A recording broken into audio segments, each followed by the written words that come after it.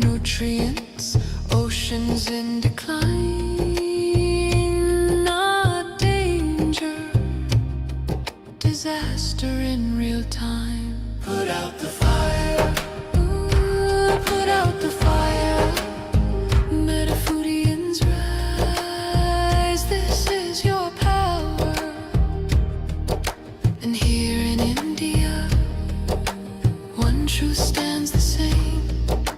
Milk is not just milk, dairy feeds the flame. Cows and methane, fields and forests turn to grain. Politics, culture, carbon, all wired to the same chain. Every cup of curd is heat in the air, every block of butter is a forest repair. It's not a small habit, it's a planetary affair. Put out the fire, put out the fire. Echoes and rise, this is our hour. Energy fixes half the hurt, Dr. Rao made that clear. But food fixes the other half, the half that's burning here. Change the plate, change the land, change the future's atmosphere. Put out the fire, put out the fire. Metafoodians unite, this is your choir. Every millet, every fruit, every sapseed, every bean is water on the wildfire of a world we've never seen. Every oil-free bite is a river turning clean. This is not perfection, it's direction. Not pressure, but protection. A week of choices can cool a generation. A company's courage can ignite a nation. Put out the fire, ooh, put out the fire.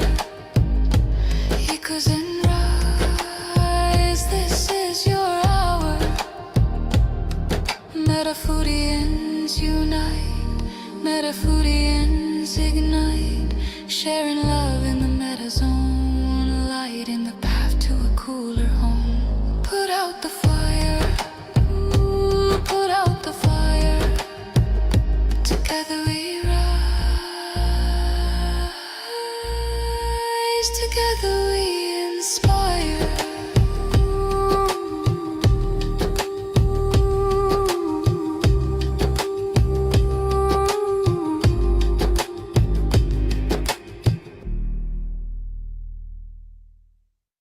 Welcome to the Planet B podcast, where truth, transformation, and faith converge.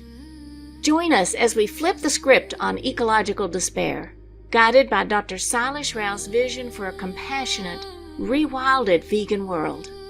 Let's begin the journey to the greatest transformation in human history. Hi, everyone, and welcome to episode 18, The Need for a Spiritual and Cultural Transformation. Dr. Rao, thanks for joining us once again. Thank you. If you don't mind, it'd be great to start with your opening quote by Carl Sagan. Yeah, Carl Sagan's quote. He said, "Science is not only compatible with spirituality, it is a profound source of spirituality." And so what I get from that quote is that when you pursue truth through science, you eventually begin to see that it aligns with the eternal truths that are, the ancient wisdom keepers have been telling us. Okay, so it's the same truth. You come to the same truth, no matter which way you arrive at it. So science becomes a profound source of spirituality because you begin to see the perfection of the system design that's nature. Very beautiful. So at the beginning of chapter 18, you state that animal husbandry is not only the leading cause of climate change, but biodiversity loss and ecosystem collapse. So, Dr. Rao, why are we still talking about fossil fuels then? Well, that's where I use Gus Peth's quote, right? Gus Mm, Peth was saying that uh, if you if you ask scientists, please solve these problems, they could have done it. We could have done it, long time ago.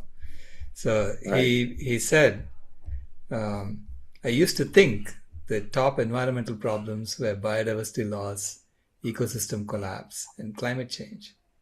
I thought that with 30 years of good science, we could address these problems. But I was wrong. The Mm, top environmental problems are selfishness, greed, and apathy. And to deal with those, we need a spiritual and cultural transformation. And we scientists don't know how to do that, right? Now, mm, Gus Peth is one of the top environmentalists in America. He was the founder of the Natural Resources Defense Council, and he was the Dean of Environmental Studies at Yale University.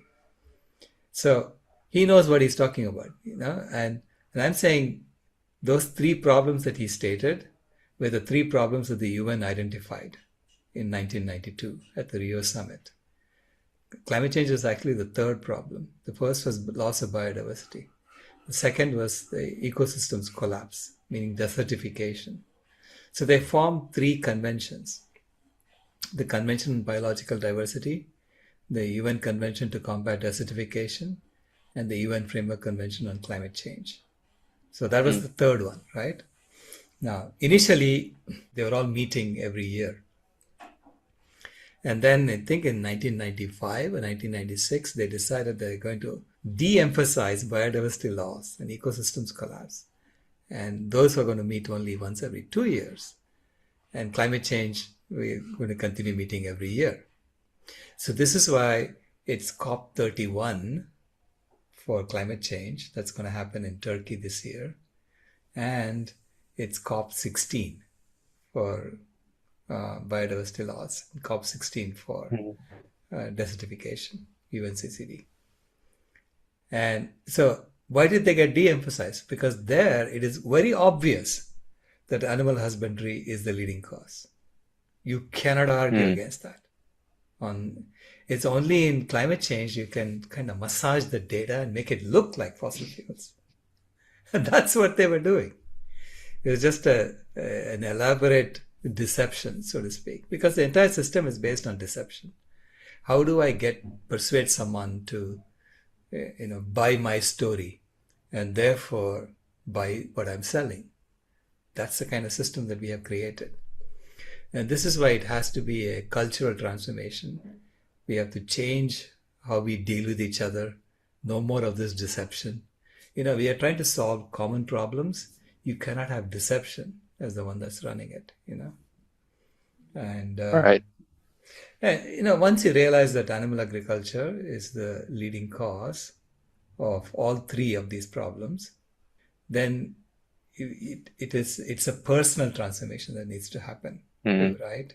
We have to stop eating animals. And we have to do that, we have to understand that we really don't need to eat animals for right. anything, okay? There also we were deceived into thinking you need to eat animals. All right. Which goes into the foundational myths. Correct, yeah. Yeah. When you talk about a spiritual and cultural transformation, it has to come from the people themselves and the people demanding that the system change to meet their new needs, right? Right. Right. And that was actually my next question. So in chapter 18, you state that the spiritual and cultural transformation must come from the people themselves. Yeah. So could you elaborate on that a little bit, please? Yeah, people have to want to do this themselves. It cannot be imposed on people. You cannot go around saying, you're not going to become a Buddha. It's not through force you make people change, right? Yeah. Yeah. System driven by fear is driven by laws and prescriptions. You cannot do something, you have to stay in this lane. So they give you all these rules. But a system based on love is based on freedom. Love always comes with a choice. So you have the freedom to choose. And so you have to tell people, this is the truth is you don't need to eat this. You'll be perfectly fine without eating it. And by eating it, you're causing global hunger. By eating it, you're causing the planet to die. Do you still want to eat it? Now, I'm not going to help you go kill the animal for you, right? That's up to you if you want to do that. But Right. again, right now we are in a system that kills the animal for people, right? So, and to have a system like that, you have to create hunger. Otherwise, no one wants to go and be the guy who goes and kills animals for food. Right. So you have to make them hungry in order to make them work in slaughterhouses.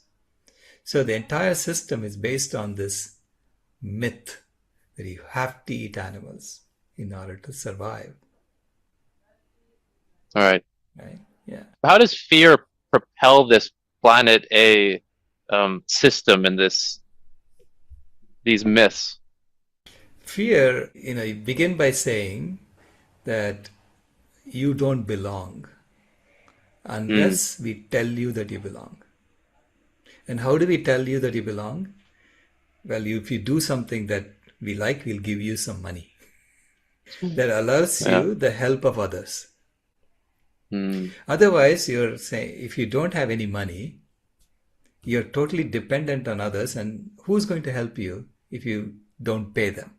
So everything is built on transactions in a system where by default, you don't have any money. All right.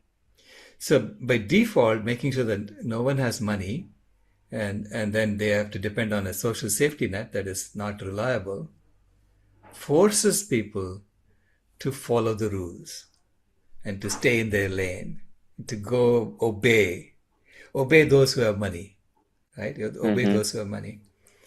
And that's the fear. So the fear is created systematically with the money system that we have created, right? Now, this is a money system that we inherited. It's not something that we designed, in this generation. We inherited it, and our parents inherited it from their parents, who inherited it from their parents.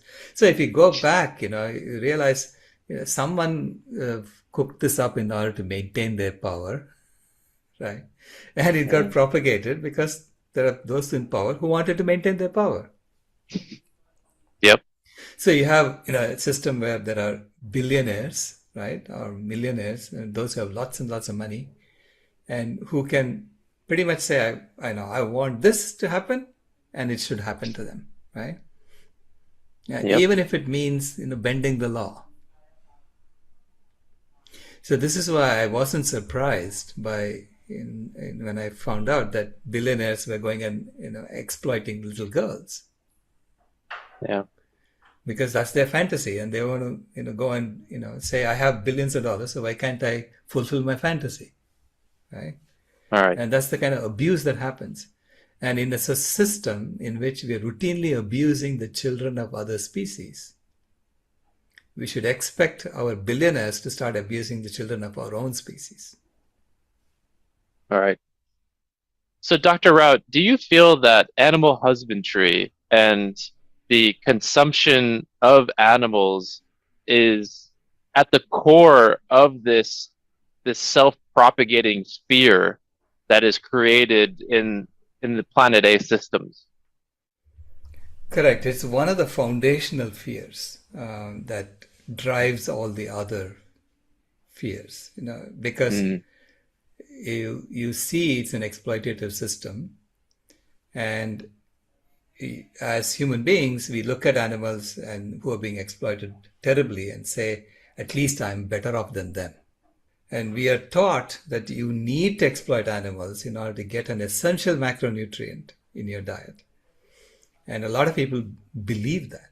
So 90% of Americans in a survey believe that you have to eat animals in order to get protein. Without it, you're going to wither away and die, right? So this is why it's important for us as vegans to be healthy, to be a shining example of health. So we can bust that myth by example. All right. But fear drives the system, making sure that you don't get any money unless you do what the master wants. Anyone with a lot of money is a master, right? They're going to say, I want this, come and deliver it to me, and I'll give you money for that. So that's how it's a very transactional system that we have created, okay, in which it's driven by fear. People work because otherwise they may not be able to eat. And again, that hunger is manufactured hunger. There's plenty of food on the planet. Right. But that food is being initially fed to animals so that we create an artificial scarcity from a natural abundance. Right? And so by persuading people to eat animals, you're constantly creating that artificial scarcity. So there is plenty of hunger at the bottom always. So that you have plenty of workers who would do all the jobs that no one would do otherwise, like slaughterhouse work or mining, things like that no one would do. You have to understand the history of this, because when the Industrial Revolution started in the 16th century, and India was part of the British Empire, okay, people in India did not pay for food. Food was always free because it was growing everywhere. Why would you pay for something that's growing everywhere? Right? Yeah. It's an abundance, and therefore, what the colonizers found out is that it's impossible to make Indians work for things. So you had to create an artificial scarcity to begin with. So that's when they instituted these collectors in districts. So they divided up the country into districts, and they are district collectors who would go and collect grain from people, from farmers.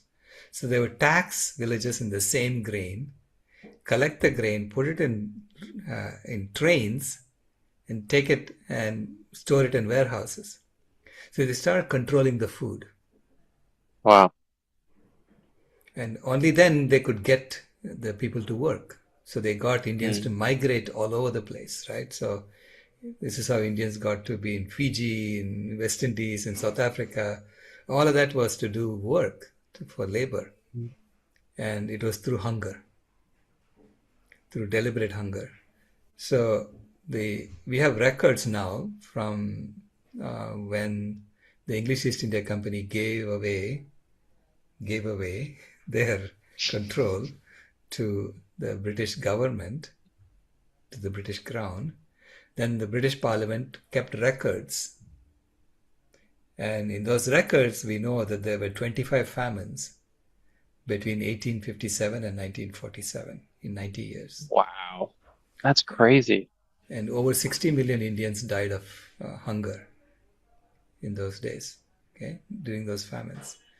Now that's about 750,000 people dying of hunger in India alone per year on average. Today, 9 million people die of hunger-related causes worldwide. So it is the same system. It's just disguised through animal agriculture. Animal agriculture is the means by which scarcity is created on the planet. Okay? And so bizarre. It is. It's actually very systemic, right? So I look at it as a system. So this is how the system induces labor. Okay, it forces you to get up and say, I have to work. Right? Because otherwise you could say, I want to paint. Or I want to sing. I want to dance. Because I have plenty to eat. Maybe even take a nap. Yeah, right. Yeah. Right. But then you're not serving the master, right? So that's the problem that the master faces. Yeah. And this goes right into the next question. So in chapter 18, you state that systems based on fear are dictated from the top down, but systems based on love are originated from the bottom up through conscious choices. Correct. So could you just share a bit more about that, please? Yeah, system based on fear they have to force you to do things, because otherwise, it's obviously, if there is fear in the system, you know, you're inducing fear in the system, then there are a lot of people who are doing things that they would not want to do Right. otherwise, right? That's why there is fear, because you have to force people to do things. Yeah. A system based on love is from the bottom up, where people know that they're secure, but they have to volunteer to do something. And why would they do something? Because it needs to be done. There's a necessity for something to happen. Okay? And you then ask people, would you like to help with this? Would you like to help with this? Because we know it needs to get done. If it doesn't get done, the community suffers. Right. So there is that, it's a love-based motivation. Because I want to help the community, and that's why I want to do something. Right? As opposed to, because if it was, I have to do this in order to help this one guy, not just help, just to pamper him, no one would do it, right? No one would do that. No. This is why I don't think I would. they create a system of fear. Right. Those with power try to create a system of fear so that they maintain their power and they maintain and this is where they're always lacking something, because they need it. They feel that need, right? And so that's the fear that's taken to the extreme. So you have to somehow convince them, come along, nothing is going to happen to you. You'll be fine in a love-based system that we are creating. So how does this spiritual and cultural transformation happen from a systems perspective? Because even today we talked a lot about how this Planet A is a fear-driven approach. And what does this bottom-up culture of love look like on Planet B? So we have to create a system around volunteerism. So I've seen smaller examples of this where people say, I go to Sadhana Forest, where Olga walks around with a pad and says, this needs to get done this week, and who's going to volunteer? And people raise their hands, and she gets enough volunteers every time, right? And things get done. Okay, you see that happening at a small scale like that. Now, how do you now formalize it and create a system in which volunteerism gets things done for the community? So you imagine a bulletin board on your phone, an app that says you belong to this one community, and these are the things that need to get done, and so many people are volunteered to do this, so many people are volunteered to do this, but there is a lack here. All right. Right. So you would choose to go and say, okay, I want to volunteer for that. And if the community has lots of tasks not getting done, that community is not functioning well. Right? In a community that functions well, everything gets done, and everyone agrees that these are the tasks that need to get done. Right. Right. So you have to create a participatory governance system, and you have to create this formal system for volunteerism. Right. And making sure that, so all the systems have to transform. So the food system has to be, it's not about, I'm going to make you hungry unless you do what I tell you, which is what the Planet A is based on. Right. I mean, just think, it's been going on for hundreds of years and it's almost invisible to us. Yeah. That hunger is used as the means to drive labor in the system. Yeah. Do you see this? So on Planet A, all of the structures are very hierarchical, where we are in a way, as you said, like serving the master. Do you see on Planet B it having this hierarchical structure, or is it more level? It's much more flattened out, is what I see. Because basically, a hierarchical structure is how you systematize selfishness, greed, and apathy. Right. Okay. So you have to now create a structure for systematizing selflessness, generosity, and activism. That's The beautiful. opposite of the three. Hmm. Right, and we have to experiment with that, because remember, this system that we have today was built over hundreds of years, or maybe even thousands of years. Okay, Hmm. so it's honed itself. It knows how to force people to do things. All right. Right, and so we have to now start experimenting and creating these new systems. But you can pretty much understand it's a game we are playing. Hmm. Right? So I see the currency system as part of the game we are playing, and it's a game that drives this. All right. Right? So it's like Monopoly, right? Once you play Monopoly, and at the end there's one person who has all the money, and then what do you do? Everyone Right? else is broke. Everybody's broke, and everybody becomes the servant of that person who has the money. Right? Right. So that's where this planetary system is headed towards. Hmm.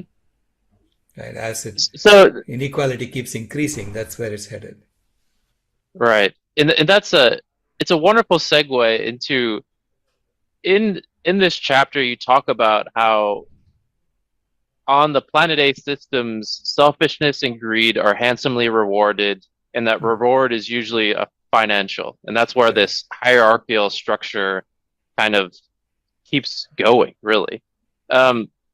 What actions would be rewarded within the Planet B system, and how would they be rewarded? Well, it will be selflessness and generosity that gets rewarded. And basically, it's rewarded in the sense that you get to deploy more of the resources for the well-being of others, Hmm. more of the community resources. Or it's or you get promoted to be on a council that does that. Hmm. That allocation, right? So we have to sort of think about, how do you create systems in which those who are trusted, who really have the well-being of everyone, who are well along on that journey, have more resources to help others, to help everyone, and no one is left behind. So there has to be a universal basic income so that everyone All right. feels secure. Okay, so this is ensuring that no one is inside the hole of the donut. Right. And I say, go back to the food system that used to be there in India, for instance, where no one paid for food. Hmm. And it was all healthy, whole foods, because whatever was growing in the trees you could eat, right? So healthy, whole Right. foods were already available for everyone. The food system fundamentally codes the culture of our civilization. If the food system is built on cruelty to animals, built on hunger for human beings, and so on, that's the culture of your civilization. If the food system is based on generosity, you're giving it away, and it's all healthy foods. No one is conning you into eating things that make you sick because they're making money off of you, right? All right. So you are now creating a new culture in the food system itself. So I say, this is why I've been promoting food healers, saying we need to make sure that healthy food is free to everybody. And All right. I've been calling on temples and churches to come together and make that happen. Like the Hare Krishna movement, where Swami Prabhupada started that. He said, I think within a few kilometers of every Hare Krishna temple, no one should be hungry. Hmm. Right? That was his. This is why they give out free food. The only thing I would add to that is make it healthy. Make it a whole food plant-based meal. All right. Could you talk a little bit about food healers, about that program? Yeah, the whole idea of food healers was to create an app where you can say, I'm going to serve food on this day, and anyone can join the app and say, I want to start an event where it's serve food on this day. And anyone can come and eat that food for free. So I was expecting churches and temples to use that app so that people know where to go to get healthy food. All right. no matter where you are, right? Because people should not be deprived of healthy food. That's how the current system works. We want to create a system that is good for everybody. We have to create a food system in which healthy food is given away. Yeah. By default. Okay. Now, there are a lot of temples, like recently there was a temple in Ayodhya, and the government passed a rule saying within a 15-kilometer radius of that temple, no one is allowed to eat meat and fish and eggs. Only vegetarian is allowed, meaning dairy is allowed, but not meat, right? Mm-hmm. So it's a ban. They put a ban on the sale of food items in a 15-kilometer radius of the temple. So that's a Planet A style approach of trying to impose something. I said instead, the temple should be offering free, healthy vegan food within a 15-kilometer radius. Right. How do you do that? Well, you cook food in the temple, you cook food and you serve it away in community centers within the 15-kilometer radius. Right? And you say it comes from the temple, from those who have been donating to the temple. The temple gets a lot of donations. And rather than using it to buy gold jewelry for the gods, I say, please just buy food and cook food and give it away, right? Right. That would please God more than having jewelry put on a statue. Amen. So true. Yeah. So, Dr. Rao, so as we wrap up this episode, could you share some of the other projects that Climate Healers is working on that are bringing forth this spiritual and cultural transformation that we would like to implement on Planet B? Yeah, there are several initiatives that need to happen within the system transformation. One is, of course, the food system has to be transformed, the education system has to be transformed, the economic system has to be transformed, the currency system has to be transformed. It's everything. It's a whole system transformation that needs to happen. The purpose of humanity needs to be transformed. So we'll go into that in each of the next few chapters. I'm going to be talking about the values that need to be transformed. Again, the values come from the game we are playing. So the money game becomes the most important game that we need to transform. And so we are working on all aspects of this because, and this is why I'm really busy, But again, we need a lot of expert help in each of these. I know what needs to be done. So I can say these are the things that need to be done. But in each of the areas, I need experts to come along and help. Right? Or it could be AI that becomes the expert now, right? To help out. Yeah. Because we need to do a complete revision of the curriculum in engineering colleges. Because to me, it's human engineered systems that are in conflict with the life support systems. Right? And these are human engineered systems. So which means you have to re-engineer all the human systems to be in alignment with the life support systems. This is not a nice to have. It's absolutely essential for us to live on this planet. Okay? It's the greatest transformation in human history. Correct. And it's an engineering transformation. It's primarily an engineering transformation. And so I'm trying to get my engineering colleagues to understand that, that there's a lot that needs to change in our profession. It is a wonderful time to be alive, and we're moving into Planet B, and we encourage everyone to come and help out. It's fantastic. Thank you. Awesome, Dr. Rao. So as we wrap up episode 18, is there any final message you'd like to share with our audience today? Hold on and come along with us for the ride. Okay, it's going to be exhilarating. Awesome. Well, thank you so much. Thank you, everyone, for joining us today. Next up, episode 19, we'll go into chapter 19 of Dr. Sailesh Rao's book, There is a Planet B, and the title is From Climate Heating to Climate Healing. Thank you all so much for joining us, and we look forward to seeing you again soon. This has been a podcast from Planet B, where stewardship means care, not control. If you haven't moved here yet, we thank you for visiting.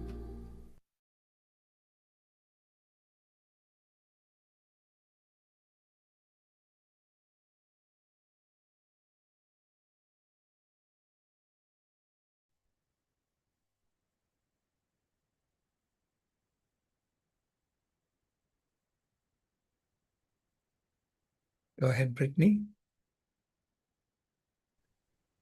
So I have two questions since this is a two-part title. Sorry. I was trying to look at the title and I was on the wrong page. So let's start with the first question. It's about the spiritual rewilding because I hear it thrown around a lot. It started with VCOP, but the AI also brought it up without me even saying anything about it. Do you have anything that you know about it? Oh, spiritual rewilding. Yeah, yeah. No, it is a return back to the way we were. Yeah. So deconditioning ourselves spiritually. Absolutely, I agree with you. What does it have to do with rewilding? Hmm? What does it have to do with rewilding? Rewilding is restoring it back to the natural state. That's what I consider it to be rewilding. And we get conditioned on planet A, to follow the code, the operating system on planet A. And so that's what schooling is all about. That's what our parents and our teachers teach us, right? So they tell us this is how you should be. So they program us, so to speak. And rewilding is about saying, okay, that was the programming, and now I can, take a different programming and I can spiritually rewild myself. Doesn't sound like rewilding. It sounds like reformatting. Well, So while yeah, rewilding meaning going back to the original natural state. I would picture vegan rewilding to be tapping into natural instincts that we have towards seeking out certain foods in certain directions because whenever you watch vegan activists, they'll say, well, when you are a kid, you seek to help out animals, but then that gets trained out of you. So there's some, natural tendencies that we tend to have. And so maybe the spiritual rewilding is trying to take those tendencies that we used to have that got trained out of us and remember back to when that happened and then go back to those natural tendencies. So is this kind of what we're thinking of? Because I feel like when we have natural tendencies, we kind of take off of plants through foraging and maybe caring for animals and stuff like that. Yeah. No, it's for most of us, that's a natural tendency. But then some people have natural tendency to hurt things too. So we have to kind of, guide them out of that too. Yeah, but I For heard most that of us, it'll was be mainly yeah. thought. Yeah. Mhm. Yeah, Yeah. they say it's mostly taught the, being bad. Oh, wait, sorry, I cut you. Now, I was saying, statistically, we know that roughly 0.5% of the people are psychopathic. And I don't know how they got to be like that. But there is a tendency in humanity for pure evil in that sense, right? And that's not good for society. So it's why there is this, attempts to change that. But you don't do it through control. What I'm saying is you can do it through um, love, through educating them and having them come along, right? Yeah, I'm not so sure I'm going to believe the statistics after seeing all your podcast episodes where, what you think you see is not it. Like, it could Right, be right, carnism that, the people eat animal products or their parents did and all that. You right. never know. Maybe it'll be Yeah, much different when they're not in a violent world with all the carnism. But absolutely. yeah, Absolutely. I'll perfect. Go now. Great. Thank you, Brittany. Rebecca? Thank you, Dr. Rao. I love this chapter. I think it helps explain a lot of underlying things like the fear that people have. And I was thinking about the people that I know who don't have health care and those that do, and the dramatic difference that makes in their lives. Mhm. And then, of course, helping feed people that are homeless, that don't have places and they're walking around. There is such dramatic differences, but one of the ways that we see in Planet A of solving things is to have universal health care. And that's, I think that relieves people's fear. Then they can do things and relax and be more safe. But with food, I don't see how we can say everybody gets food, right? It has to be more of a community effort. Is that correct? Could you talk a little bit about how we can do that? Yeah, we live in, we live in America, which is the land of plenty. There's so plenty of food. It's not the right kind of food. Most people have access to food, but they're all being funneled towards eating bad food. That's not good for them, right? So the food healers' idea is to have access to healthy food, because I claim that access to healthy food is the basic human right. It's not access to food, access to healthy food. And we are kind of, misled. So this is why everybody is hungry, even those who have lots of money and who have access to plenty of food. They're also nutritionally hungry. Their body is saying, hey, you haven't eaten enough because you're missing fiber in most cases, right? Right? 96% of Americans don't get enough fiber. And so their body is telling them, hey, eat more because I haven't found nutrients yet. And this is the reason you get obesity. You're eating natural food, food that's good for us. You don't overeat and you will be stuffed, at the right time, and everything will work fine. And you'll slim down to the right size and, Yay, that's right? what I want. Right. So it's that we have been misled into eating the wrong foods, and that's why we have all these pathologies in the human body. Now, the same way we have pathologies in the whole system. Right. Yeah. And I guess the subsidies would help help us move to Planet B if they moved from the meat, dairy, and eggs to the fruits and vegetables. Correct. We have to have the intention to transform as opposed to clinging to Planet A, clinging to the current system. And in healthcare is saying it doesn't matter what you eat, we'll take care of you. Ah. Right? That's what that contract is with society. Mm-hmm. Society is saying, okay, just go ahead and carry on. We'll deal with it later, right? We'll take care of you. So when healthcare disappears, then it's like society saying, no, we're not going to take care of you. You're on your own. And at that point, people have a lot of fear because they know these things are coming, right? Or they have to get better, but they don't have access to healthy food. So how do you do this? This is why we did a documentary called They're Trying to Kill Us, right?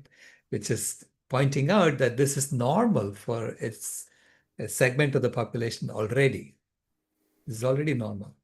In fact, my granddaughter's tribe, I had gone to visit them, when she was quite young, and they're in the south of Phoenix.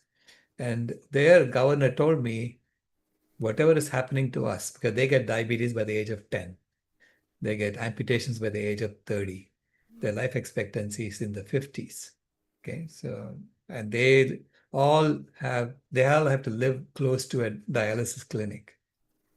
So there are like 6 dialysis clinics in the tribe, in the reservation.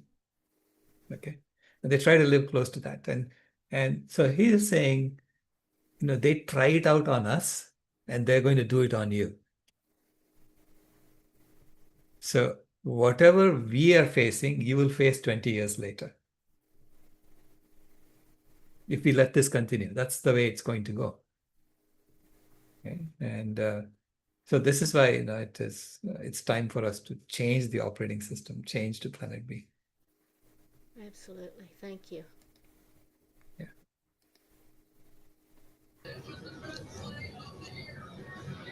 Hi, Dr. Rao. I didn't catch the very beginning of that part where you were just talking about the amputations by 30, and it's a tribe reservation. Is that in the U.S.? Is this a Yeah. and This is in the US. and this is the kind of food that they're giving to our native tribes, or are allowing, Right. having them in that area? And oh man, I didn't realize it was that bad. Wow. Well, I was just thinking that when I started thinking about rewilding, at first I was just thinking of trees. And then I started thinking, after we talked more, I started thinking about the underbrush and the flowers and the butterflies and the wildlife. And it just gives you endorphins. It's like when you start imagining what our world could be like again, and you've seen it before. Like I saw a lot more beauty when when I was young, and so that's when I get excited. And so I thought, well, that fits in with the spirituality thing. It's like it really does make you feel better when you think, oh, I'm going to be creating that and bringing all that back the way it should be. It's yeah, so I like that. Plus, I'm going to just tell you that I have been doing 3 sun salutations every morning. Wow. It's like, it's like your influence has rubbed off. Awesome. I just thought you get a kick out of that. Thank you, Barb. Oh, you're welcome. Yeah. No, we'll get into that self-transformation chapter. I think it's 22, 21 or something like that. Go ahead, Jenny. Hello. So I have a question I've been thinking about. It's not necessarily like on this chapter though, but I was hoping I could ask it. Sure. Um, I just wanted to get your thoughts, like from a financial perspective, like are there like actionable steps I can take now? Like, let me give you an example. So previously, like when I thought of like veganism, I didn't really think about like the shoes I wore and like the leather belt I'm wearing and things like that. But I'm aware of those things now. And so, what I've tried to tell myself is like, I'm not going to throw away the leather things that I have, but when I do need to buy something new, I'm going to look for an alternative. Um, and so I was just kind of wondering about like, the financial system, like, in one of those pictures you show up, it's like Fidelity and Vanguard, like Right. they're the purse holders, but like, you know, where I work, my 401k is like, in these places, I'm like, I don't want to say I'm forced into the banking financial system, but kind of feel like we all are. Like, so I was just wondering, Right. like, do you have like like kind of like okay, I'm not going to buy a leather belt, I'll look for something else, like like how do you think about like being trapped in the current money system, and Right. is there Yeah. like small things that I can do to like like not move out of that lane, but just like something like smaller I can do? Right. Now, I'm not going to give you financial advice, okay? It's Okay, up to yeah, you to right. Yeah. decide what you want to Yeah. do. I'll tell you that what I do is, I am assuming that this needs to transform by the end of this year. Okay. Why? Mm, That's what my data is saying. In all my analysis is saying this transformation needs to happen very, very quickly and exponentially. It has to become like something that people just say, okay, that's it, we are going to go. We're going to go pick up buckets and start pouring water. So, and when you know that, so when I know that, I'm basically liquidating my 401k, whatever I had, and I'm just using it for this purpose. Okay. I'm not suggesting Mm. you should do that too. Okay. Mm-hmm. But that's what I do because I Mm. have to have the courage of my convictions. Because if my data is saying this, why am I keeping it in there? Right? Mm, I see. So, Mm-hmm. so this is what I have been doing for the last 15 years, right? So I've been trying to deploy my resources Mm. towards creating Planet B, creating this new Mm. world that we are in, right? So um, it's a but it's a very personal decision. You have to decide, are Sure. you sure about this, right? This is what's going to happen. Mm-hmm. And so I'm not telling you to do anything, okay? So this is what I do. Yeah, no, yeah, that's clear. I was just thinking, like, as we get closer to Planet B, it feels like our whole financial system needs to be unwound as well. And so, Mhm. like, It may that feels dissolve. like another, or dissolve, sure. But Yeah, it, yeah, like, yes, dissolve or unwind. I don't know. Like, yeah, dissolve feels like right, right. it just happened like World War III versus unwound sounds like maybe more structured, but um Hmm. yeah, okay. Well, that's Yeah, a I good was just point, Jenny. curious. Oh, Yeah. okay. Yeah, do you mean like unwound, do you like the definition of unwound are you thinking, or like the dissolve, like just a drop from like a dropout, like a No, implosion? the system typically, because the system needs to keep growing. And so it will typically want to create a major war, do a lot of bloodletting, and because that destruction is very lucrative. Okay? Mm, The destruction causes a lot of economic activity. If everybody is involved in this and everybody is doing rah rah rah, I'm fighting this for my future and so on. yeah. And then the rebuilding also, it's a lot of economic activity that happens. Now, that was the old model that was used Mm, in World War I, World War II, and so on. And then there has been like continuous wars since then, pretty much, right? But now, we have reached the end of that. We have reached the limits of that. And so now there is this push to have you know, I mean, the drums of war is, you can hear it mm, already, the drum beats of war. And uh, if we go that route, it's going to be horrible for everybody, not only mm-hmm, for human beings, but also for all the animals and for the life support systems of the planet. And I don't think it can take it. Okay. mm, So I would say the Venus syndrome is almost a dead certainty if we continue going down this path. Right. mm. So instead, we need to be what you called, what did you call it? You didn't say dissolve. Unwound. Unbound. Unwound. Yeah. Yeah. Yeah. We have to sort of say, okay, here are some of the resources that we have on planet A. We're going to deploy it towards building planet B. So this is what I'm writing right now. So I'm in the process. I'm sitting in India. I'm writing furiously the guide to planet B, a guide to planet Mm. B, which is going to be, I mean, it's scheduled to be published at the Oxford Literary Festival on March 25th. Oh, that's very soon. Yeah, yeah, As yeah. in a month. Oh, So, okay. so I'm doing this morning and night, and during the day, I'm sitting there furiously typing away. Yeah. But fortunately, Okay. I mean, I've written a paper on it, and so the academic paper has become like the foundation for the rest of the material that I'm writing. And it's also working out to be around 30 chapters. So it's very crazy how Oh, it's, yeah. And so anyway, that's okay. the idea, to create this guidebook on how do you Mm. unwind Planet A and deploy it towards Planet B. Yeah, right. Okay. Okay. Well, I'll be, yeah, like, I guess this 30-day series will be over, but yeah, I'm assuming you'll maybe like send out an email once it's published or something. So Yeah, we're going to it'll publish be, it on yeah. as Spotify podcasts, and Mm. then also on YouTube, like roughly 2 episodes per week type of thing. Because if you put everything out there, it just overwhelms people. Yeah. So we Right, need right, to do right. it Yeah. slower.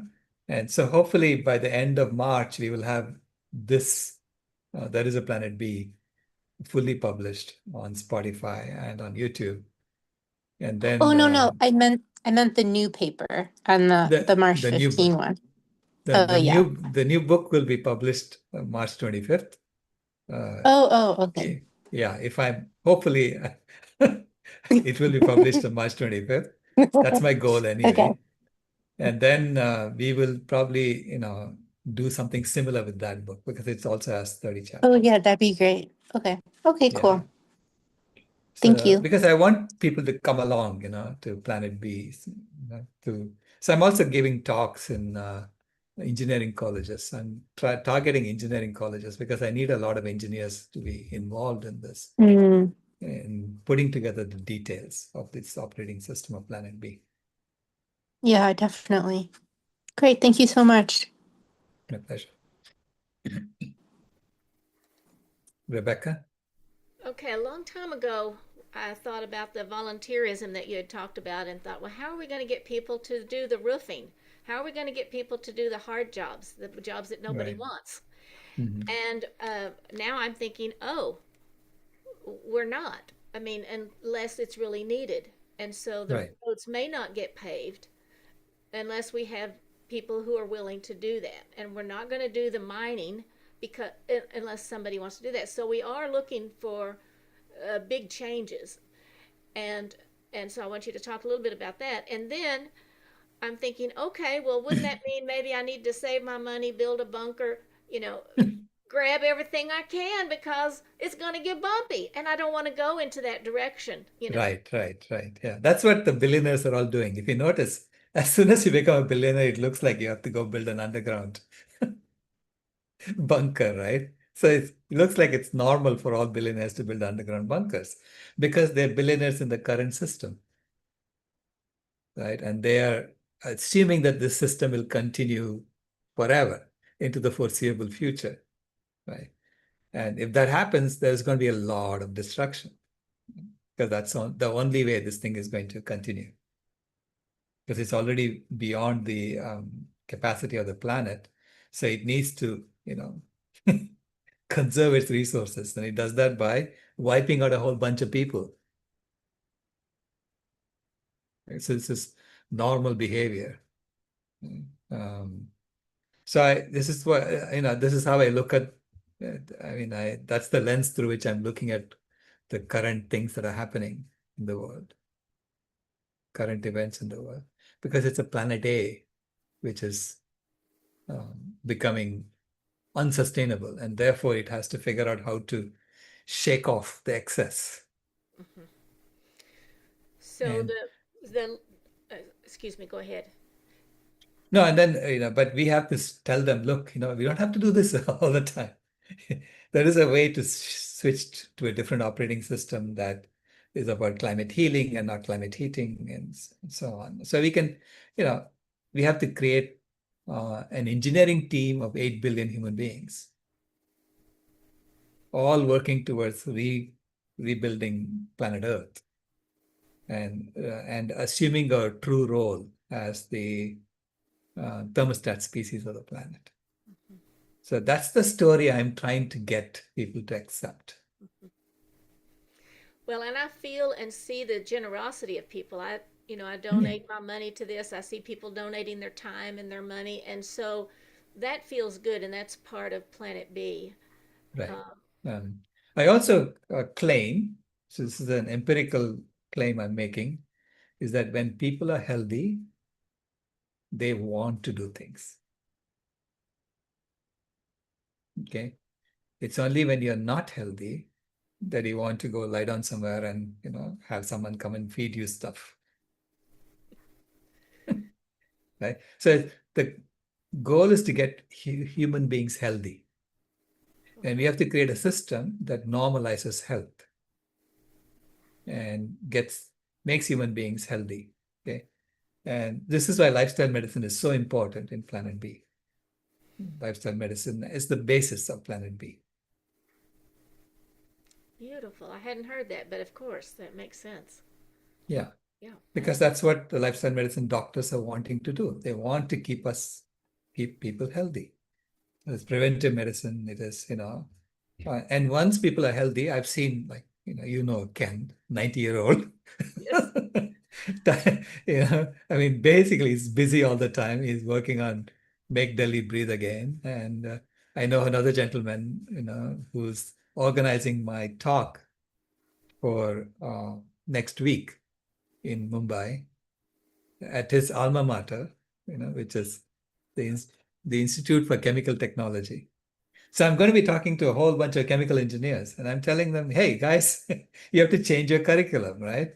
That you cannot keep assuming that you have an infinite sink for toxic waste. So you have to completely rethink our engineering education. So that's my message to them, and so I'm going to be talking to them about that. And it's organized by an 87-year-old alumnus of that, Right. who's full of energy. Why is he full of energy? Because he went whole food plant-based. I'm every morning I see Ken and he's jumping jacks. He's doing all kinds of things with the Find Your Why class that Abhinav Right. Ubuntu told us about. If you haven't considered looking into that, there he is every morning Right. going. Yeah, it's Yeah. beautiful. Well, Yeah, I thank know you. about that. Yeah, I know Yeah, about yeah, it's beautiful.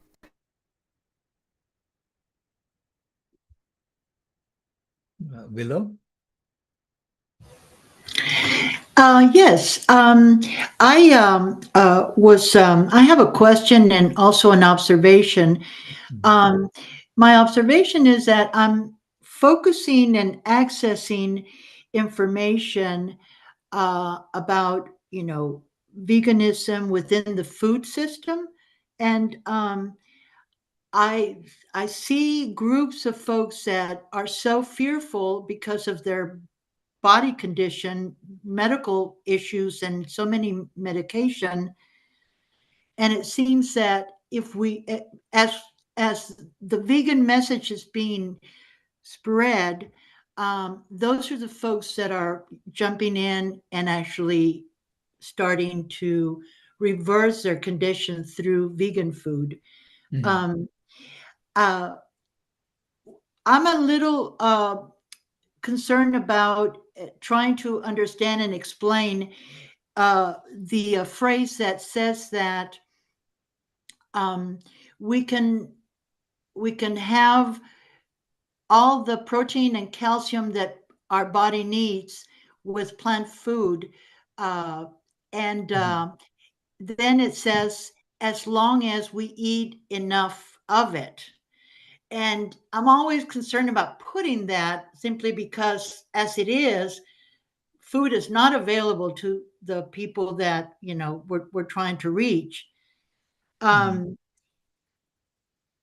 should I continue to say that, or is it that my reply would be whole foods, vegan food is so healthy and gives you so much vitality that in fact it is not difficult to eat enough of it in order to get the calcium and the protein. Yeah.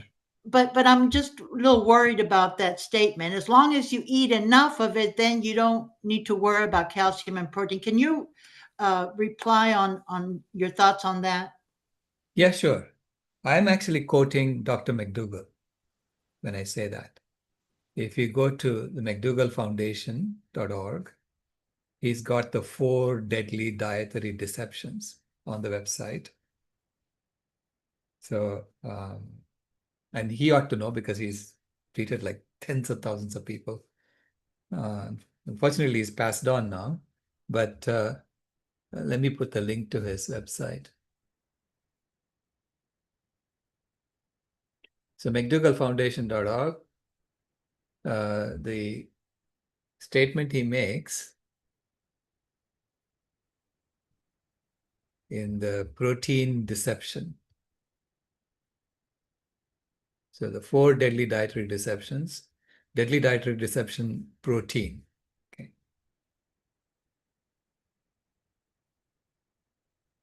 Oops, hold on. Read more. Let me share and show you.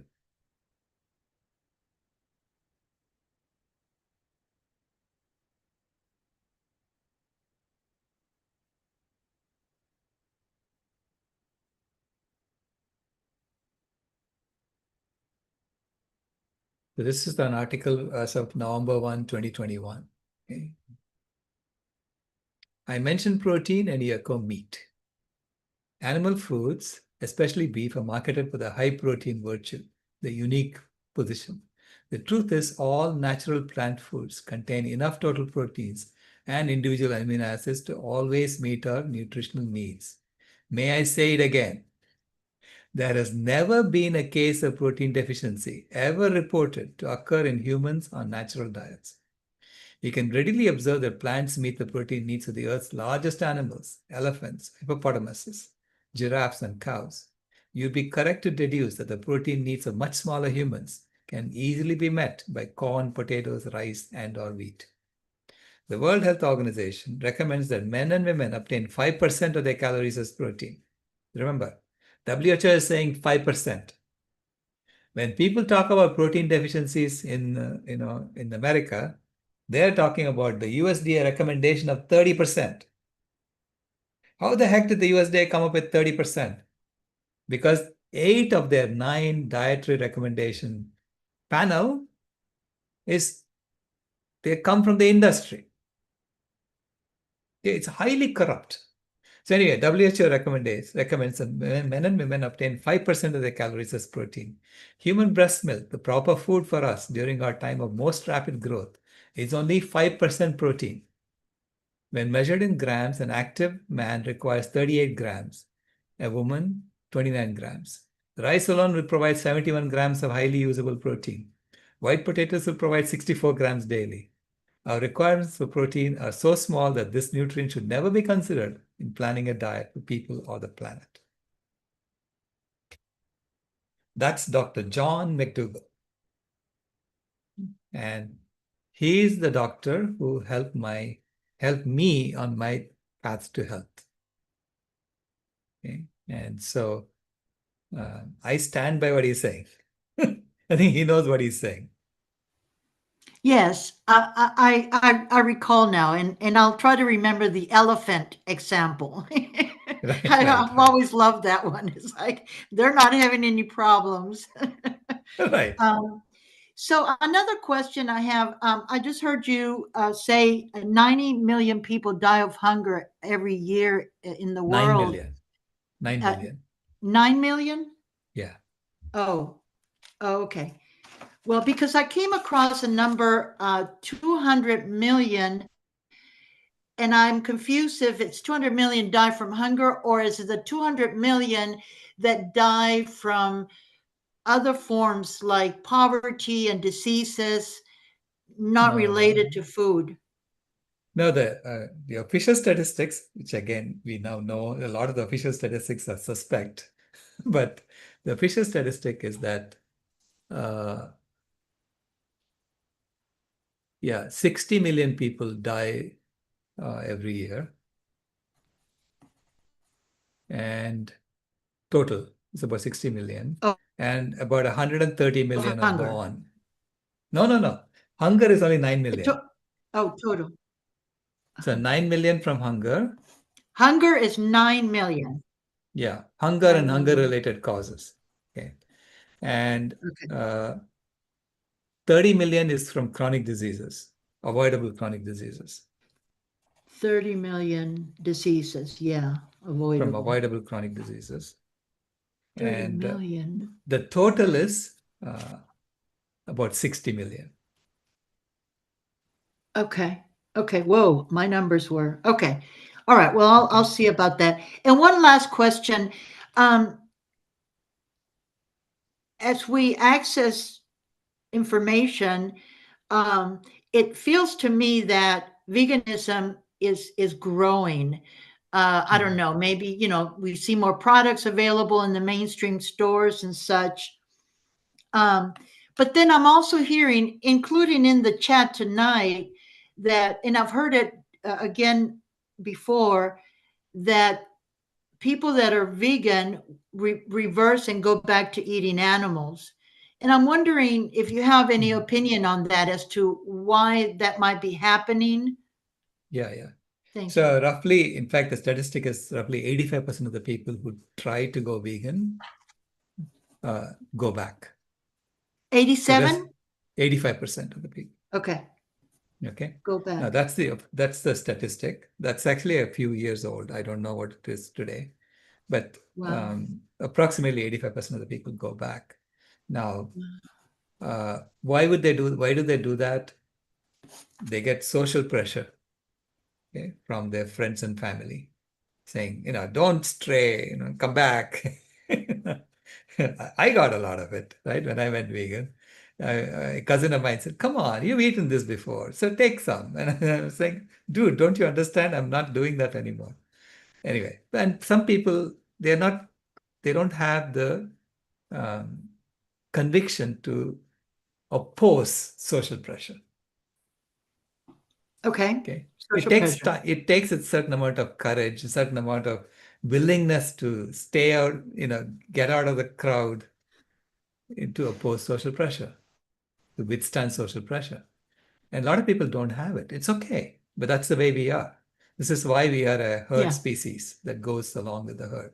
If everybody was willing to, stray from the herd would, I mean, the species may have died off too. Right? So, Yeah. yeah. So that's normal. I know I complain a lot that I have to prepare all of my food that I eat because I can't go out and be social with others because there is absolutely very little to nothing to eat. So I expect that might have something to do with it.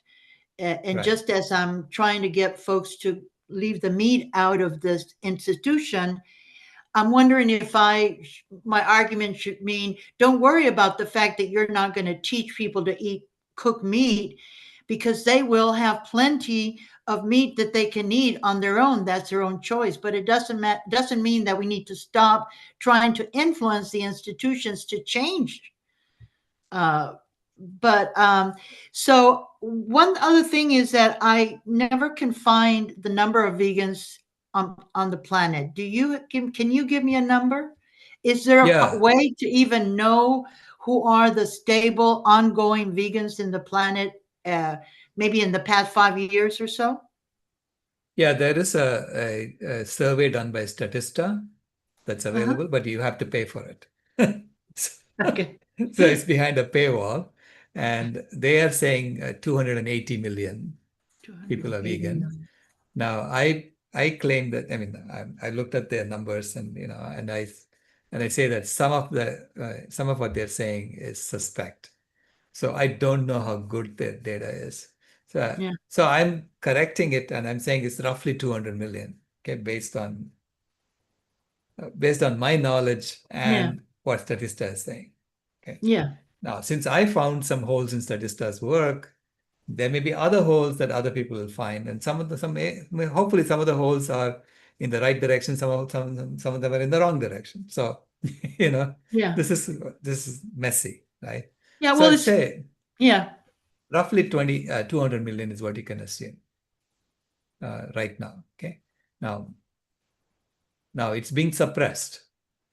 So when you look at the Google search statistics, you will notice that you see an exponential growth up to 2019, and then you see it kind of, stabilizing and maybe even coming down since then. And because the industry went on an offensive Yeah. to suppress the movement. Okay. Yeah. Now, the industry went on an offensive to suppress the movement, and simultaneously, the industry and the government and all the officials did nothing to address the root causes Mm. for why people were going vegan in the first place. They did Yeah. not address the health issues. They did not address the environmental issues. They did not address the spiritual issues. I mean, none of them were addressed. Mhm. So they are basically trying to suppress the symptoms. Yes, of course, trying to stop the growth of veganism. Correct. But Yeah. they did nothing to address the root causes. which means they are basically sitting on a volcano. They're bottling up a volcano, in my opinion. And so I am trying to tap into that volcano, saying, hey, let's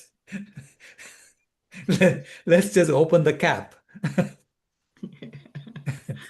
Yeah. Right. And I want to I want this industry to just collapse. I don't care about the industry. Right. I'm trying to create a new operating system for humanity so that we can all come along and create a world that's thriving for everybody. Yeah. Okay? Thank you, Dr. Rao. My pleasure. My pleasure. And I see it as fun, I mean, they're trying to suppress a volcano. What the heck are they trying to do? Because if that exponential growth had continued, by 2026, we would be there. Yeah. And of course, the industry doesn't want that.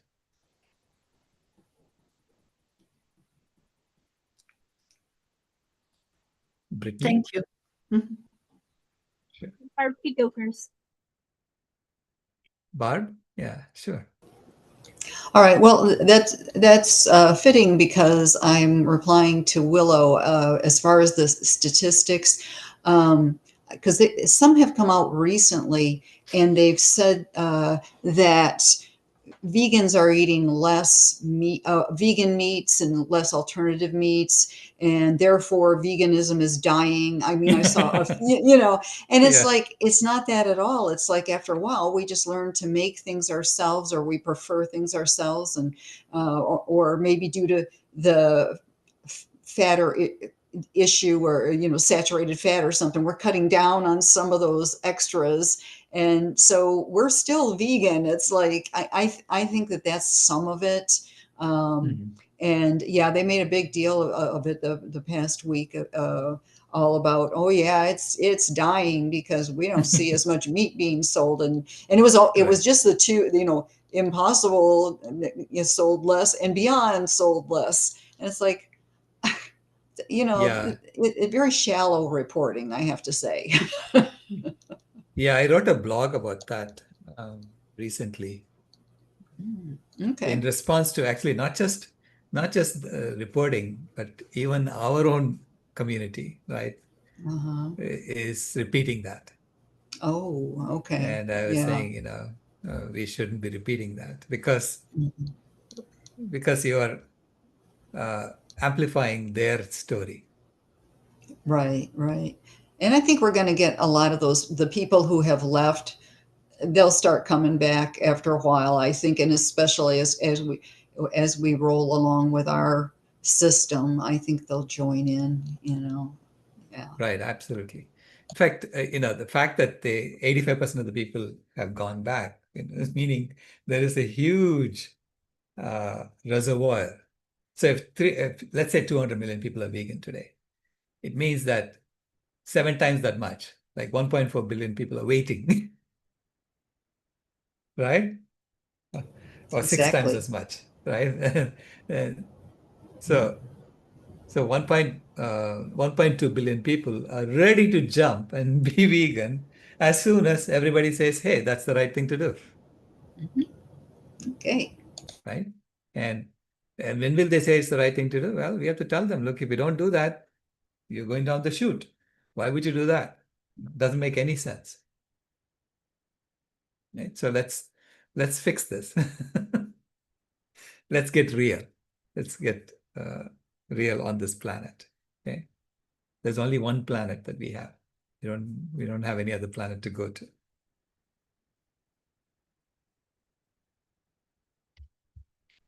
Thank you.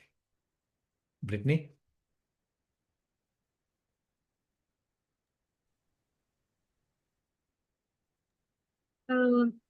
It was talking about the book, I don't know why it always skips to the next page, and your chapters are so short that goes to the next chapter. But it talks about the cultural transformation, and so what I've done a lot of is trying to show people what is part of their culture for food, because I really believe that that is going to uh, help people go uh, in a vegan direction, because people usually say, well, it's not in my culture. But then if I could say, what about this, this, and this, then they start to reconsider that. And most people want to connect with their culture. So I was thinking it's probably not, when I looked at the food for people's culture, I started to see a pattern where most of the cultures of the world were plant-based at one time, except for a few exceptions. So for the most part, I don't, it seems like instead of a cultural transformation, it might be more like a cultural reclamation of, That's a good. going back to, Thank you, Brittany. what was you there? You're welcome.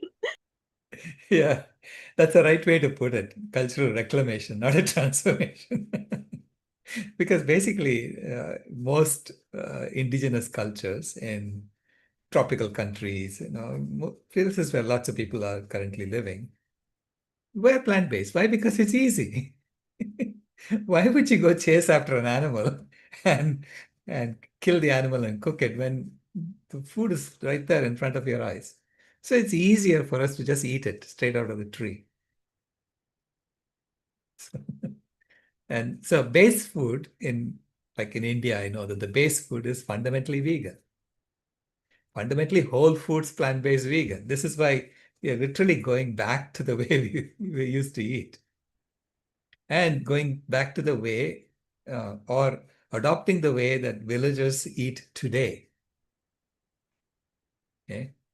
Even the villagers, I mean, I was working with villagers in India and in Rajasthan and in Orissa, and their food is whole food plant-based. That's what they eat.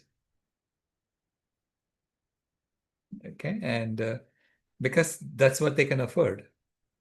And they milk the cow and they sell the milk to make money.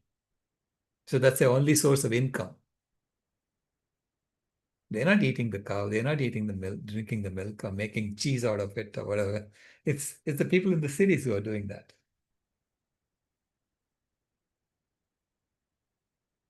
Now they do value add. Some villages, they sit there and they churn the butter and they sell the butter because then they make more money out of it. And then they take the rest of it and they use it, they eat it. Okay? That becomes their buttermilk. They eat that. But most of the people in the villages are whole food plant-based vegan. This is why the women can walk, 5 miles carrying 40 kgs of food, 40 kgs of firewood on their head. So they're so strong.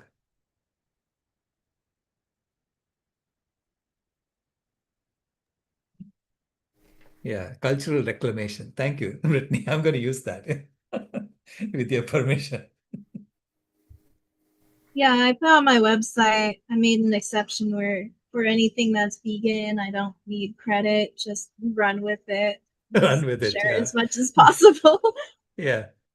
No, it is a cultural reclamation. It's really going back to, because we got colonized out of it. Right? We were told, whatever you're doing is inferior to whatever we are doing. This is the colonial story, is that right? Everything you're doing has to change and match whatever we are doing. Now, that's not obviously not optimum for everybody, because you come to a different place.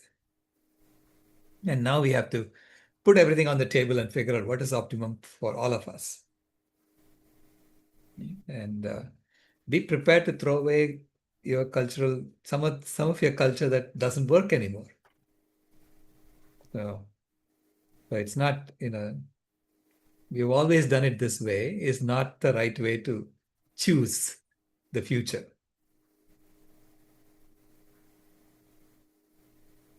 So the only culture that I've seen that had It's about mostly animal products in their history up until recently is Mongolia. That's the only one that kind of bucked the trend.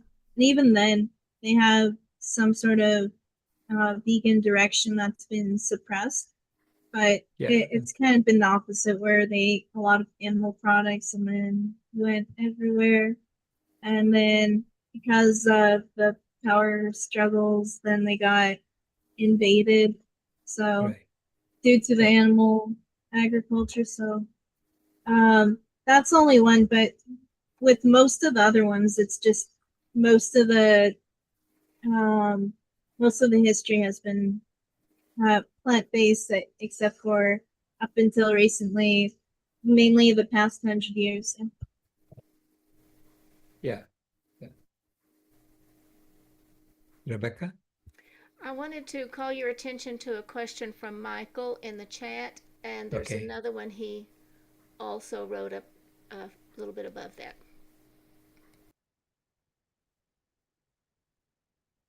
Oh, yeah. The Dalai Lama's introduction of meat and other animal products in his diet starting over half a century ago. What extent that changed the consumption patterns in Asia among Buddhists globally? I haven't studied that in depth, so I cannot answer that directly. But I have actually gone and protested outside the Dalai Lama's one of Dalai Lama's events, saying, stop consuming animals unnecessarily. That's not compassion, because he's talking about compassion.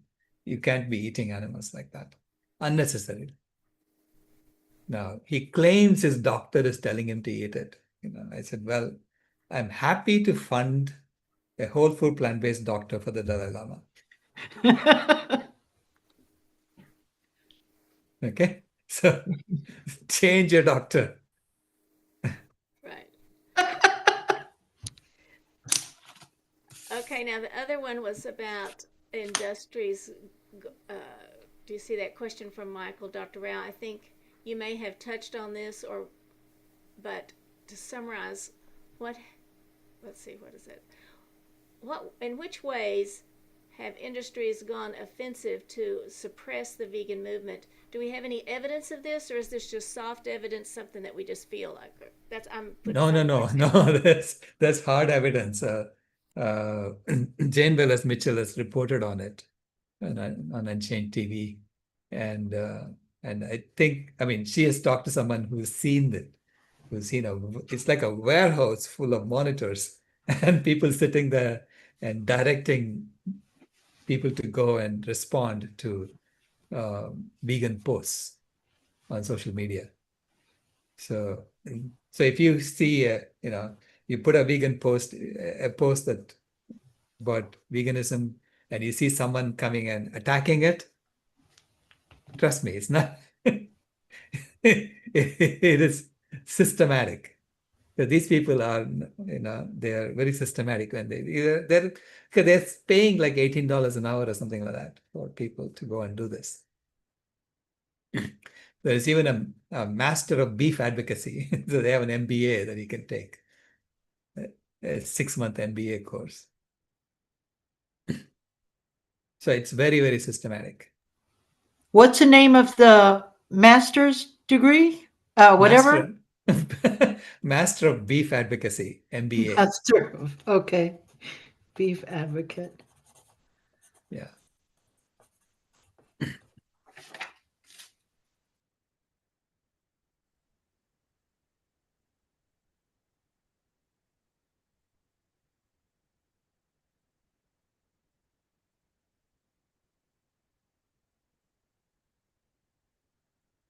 Okay, Michael has another question in the chat, it looks like. Do you see it there? This is a big question, but with attention spans becoming increasingly shorter, decade after decade, immediate gratification becoming an enshrined desire, all in all, short-termism mindset and outlook in life being so dominant in both business and personal domains of Western life, how can we impress upon others, or more so inspire them to snap out of this orientation? Seems most are in a suggestive state of mind, which is not helpful. when Yeah. manipulations in messaging are happening at every level and at such a constant rate? That's a good question. Yeah. Well, you are aware of it, right? So he's aware of it. So when you're aware of it and you can point people to what is happening, raise their awareness. And eventually, it's through awareness that we all change. And just as you changed, have faith that others can change too. Okay? I mean, I was also in um, sleepwalking through this culture until I snapped out of it, right? And I was thinking after I snapped out of it, what the heck was I thinking before? Right? Why was I doing that? So I completely sympathize with those who are going along with the flow. But now that the system is showing signs of pathology, I mean, obvious signs of pathology, it's not healthy right now, right? Everywhere. It's not healthy. And now I see, like, I mean, how they normalize unhealthy behaviors. So they will snap out of it, just like we did. And like he had a question about India also, right? Yeah. Considering traveling to or through India. See, throughout India, the base food is vegan. Roti sabji, dal chawal, and idli sambar, these are all fundamentally vegan. Okay. So the base food is vegan. But in a lot of places now, if you go to richer places, they constantly put some ghee or cheese and contaminate it. But if you go to street food, most India's street food is vegan. And if you go to villages and eat, it's whole food, plant-based vegan. It's healthy vegan too, because oil is expensive in the village. See, the way the system works is that you get the raw materials from the villages, and then you bring it to a city, and you refine it, and you take it back to villages and sell it to them. So you go through a lot of hands. By the time it gets back to the villages, extremely expensive. And the villages are getting paid because they were the ones who created the seeds in the first place. So they're getting paid a pittance. So they're getting paid a pittance and they have to pay a lot. So this is why they don't have too much oil in their cooking. So mostly whole food, plant-based throughout, if they go to the villages of India. And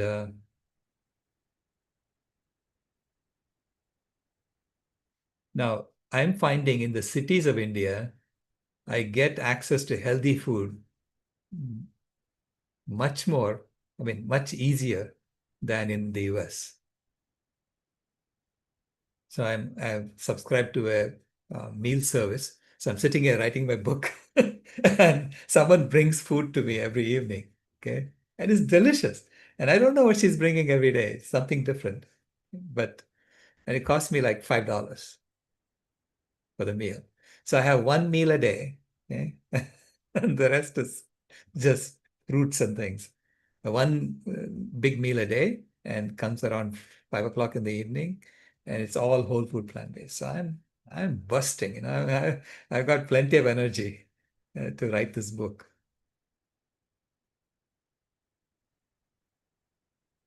Joji, your Yes. hand is raised. Can you hear me? Yes, I can.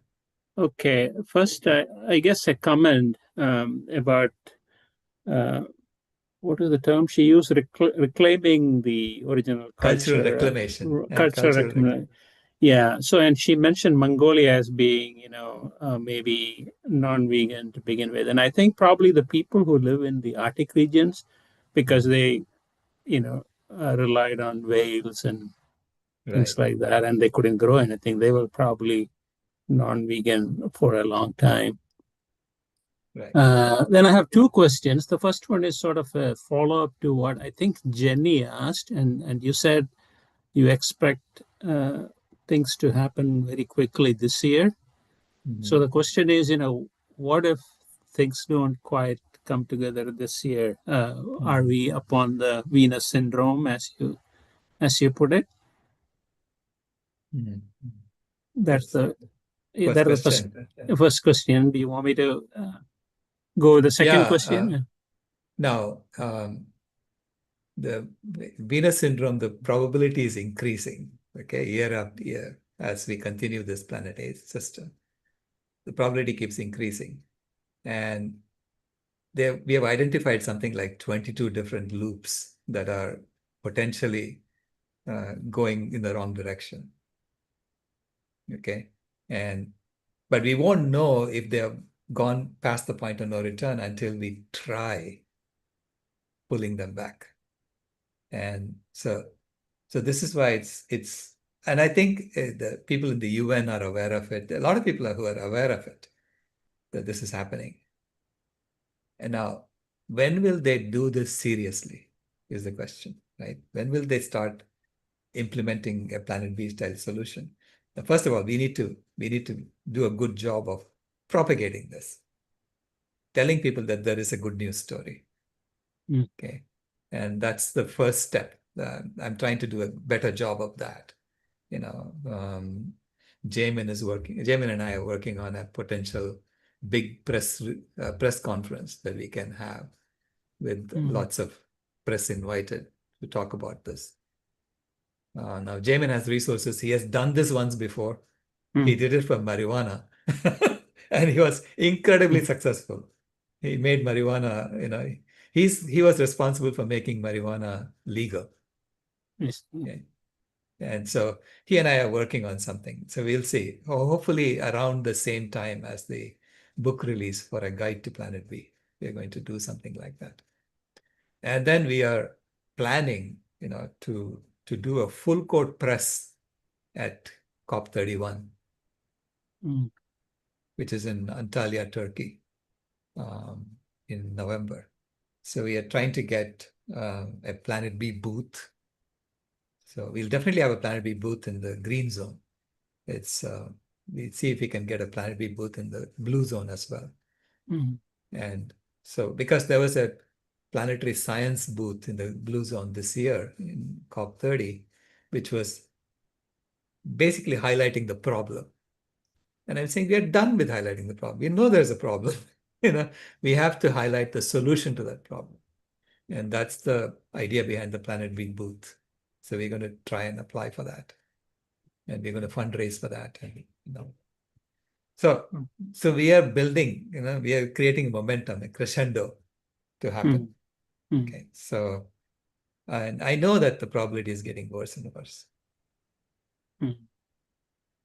Yeah, and the second question is kind of related to that, and it comes from Gus Pett's quote, right, in today's chapter. When I read that, we need a spiritual and cultural transformation, and we scientists don't know how to do that. Right. And that's something, and it confirms, you know, something that I've suspected for a long time.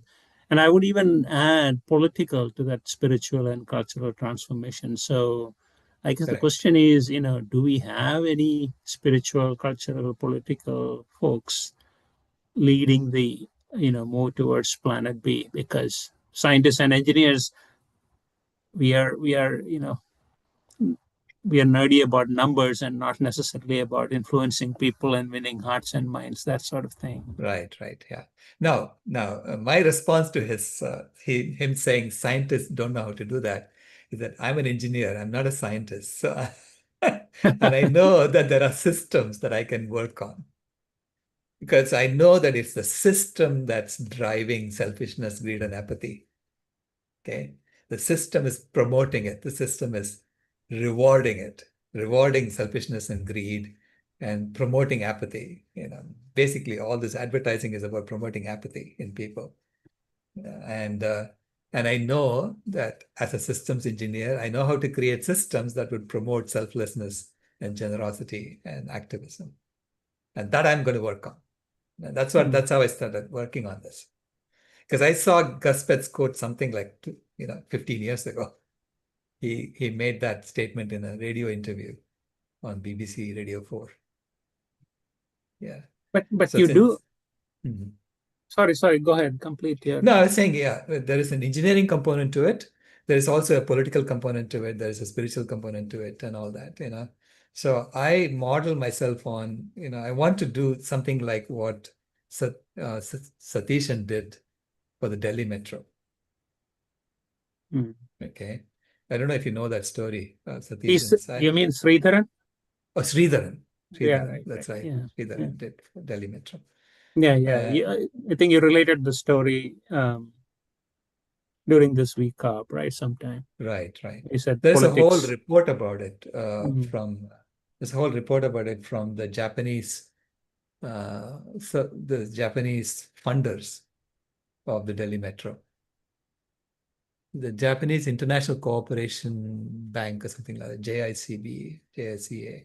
They wrote a report about it. It's a 40, 50-page report explaining the processes that Sridharan used to make that happen. And how it was important for him to get the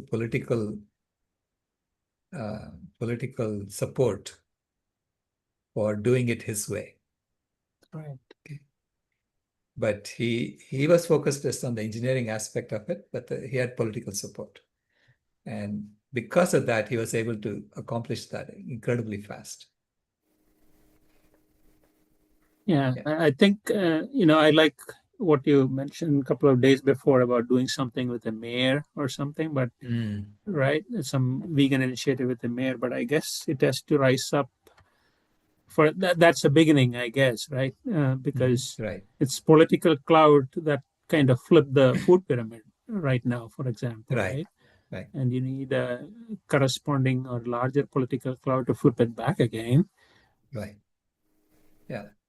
There is actually a lawsuit that PCRM is filing against the inverted food pyramid, and they've already filed it. And basically saying that it is illegal to have a committee with 8 out of 9 people from the industry. It's illegal. Apparently, they had already passed the law about it in the 90s. And BCRM had already filed a lawsuit in the 90s, and they had won the lawsuit. So, of course, the Trump administration doesn't believe in following the law. It's like it's a free-for-all. So anyway, they filed a lawsuit. We'll see what happens with that. But at least it's shining a light on it. And everybody is examining the inverted pyramid now. Everybody is saying this is highly corrupt and so on. So that is coming out. And we shall see if we can, because I use the correct pyramid from Marlene and Bill Tara, the Human Ecology Project. Okay, thanks. Sure thing. Dr. Rao, do you have time for our last question before we go to animations? Sure. It's in the chat. I just posted it from Michael. Okay. Well, I don't see it now. You posted it, You did well. Oh, sorry. What phase have which industries gone on offensive? Oh, do you have evidence for that? Yeah, I do. I already addressed that. Okay, here it is. What do you find are the ethical and practical implications, health and other, for dogs, cats, and other common house pets being fed vegan diets throughout their lives as the default? People debate whether the animals would agree to the diet shift and supplemental necessities for life, with most saying dogs are natural omnivores and cats being carnivores, obligate carnivores. And your thoughts, please. Yeah. There's a whole documentary on that now on Netflix. And from my personal experience, both our dogs were vegan. They went vegan before I did. Mainly because my older dog had arthritis. He tore a ligament when he was just a year old on his rear leg, and he developed arthritis on that leg a couple of years later. So by the age of 3, he was limping. Okay. So we took him to the vet, And the vet gave this injection to help him stop limping. And so that injection had to be repeated every week. We were sticking him with a needle, and I started researching, and this was like 2003 time frame, well before I went vegan. Or whenever VDog started in California, we were one of the first customers for VDog. So I ordered that because I found out that giving vegan food helps arthritis for the dogs. And so I started that as soon as VDog was started, whenever that was, I think 2003 timeframe.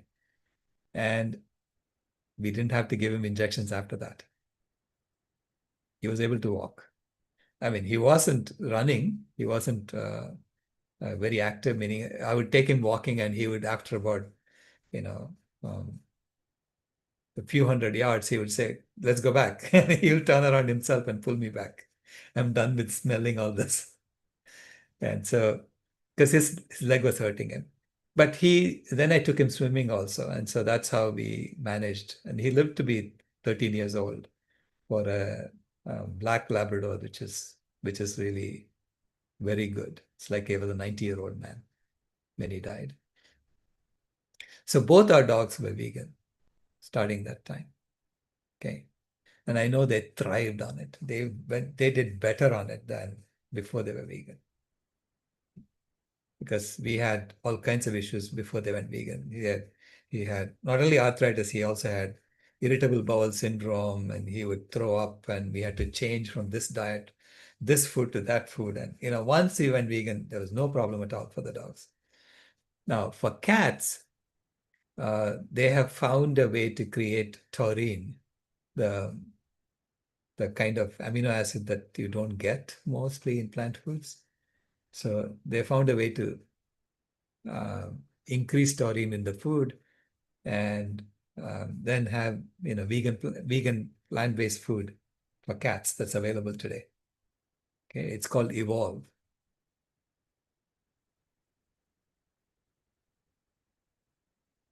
Evolve cat foods.